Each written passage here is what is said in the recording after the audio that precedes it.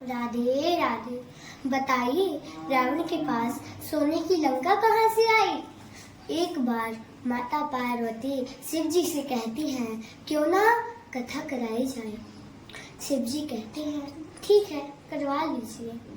तो माता पार्वती जी कहती हैं कि कथा तो हम करवाएंगे, लेकिन जब हम कथा करवाएंगे तो सारे देवी देवता कथा सुनने आएंगे, और जब सारे देवी देवता कथा सुनने आएंगे तो हमारे पास तो कोई महल भी नहीं है, घर भी नहीं है, और सबका तो महल बड़ा बड़ा, घर बड़ा बड़ा, और हम इस कैलाश पे रहने वाले। सब कथा सुनने आएंगे तो क्या सोचेंगे? भगवान से कहते हैं, तो क्या किया जाए? माता पार्वती जी कहती है, क्यों ना एक महल बनवाया जाए।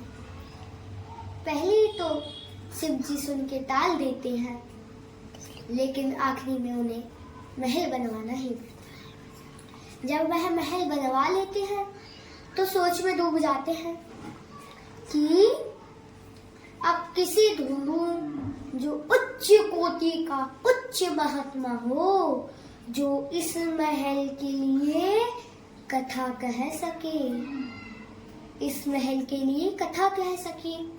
माता पार्वती जी सोच में पड़ी हुई है, और वहां शिव जी सोच करके बोलते हैं कि रावण जो सारी सृष्टि में तहलका मचा के रखा है, लेकिन महाज्ञानी है, वह हमारे इस महल के लिए कथा कहेगा। माता पार्वती हाँ कह देती हैं, और कथा कहने के लिए रावण को बुलाया जाता है, और रावण खुशी खुशी आता है और कथा कहने लगता है।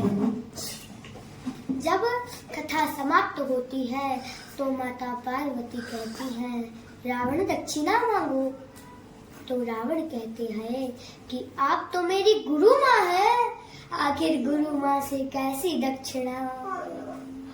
मेरी ही नहीं, सारी सृष्टि की गुरु माँ है, आखिर आपसे कैसी दक्षिणा? तो माता पार्वती जी कहती हैं कि महल की कथा पूरी हो चुकी है, और कथा को पूर्ण करने के लिए दक्षिणा तो तुम्हें लेनी ही पड़ेगी। तो रावण सोचता है, और फिर माता से कहता है कि एक बार और मौका है माता, सोच लो। तो माता कहती है, तुम मांगो तो मैं सब दे दूंगी। तो रावण कहता है, ये स्वर्ण की जो लंका है ना, वही मुझे दे दो। और रावण के पास सोने की लंका तो आ जाती है, पर कैसे?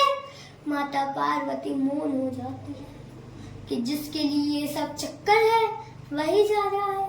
वहां से शिव जी बैठे बैठे कह देते हैं, तथास्तु, और माता पार्वती रावण को श्राप दे देती है। राधे राधे।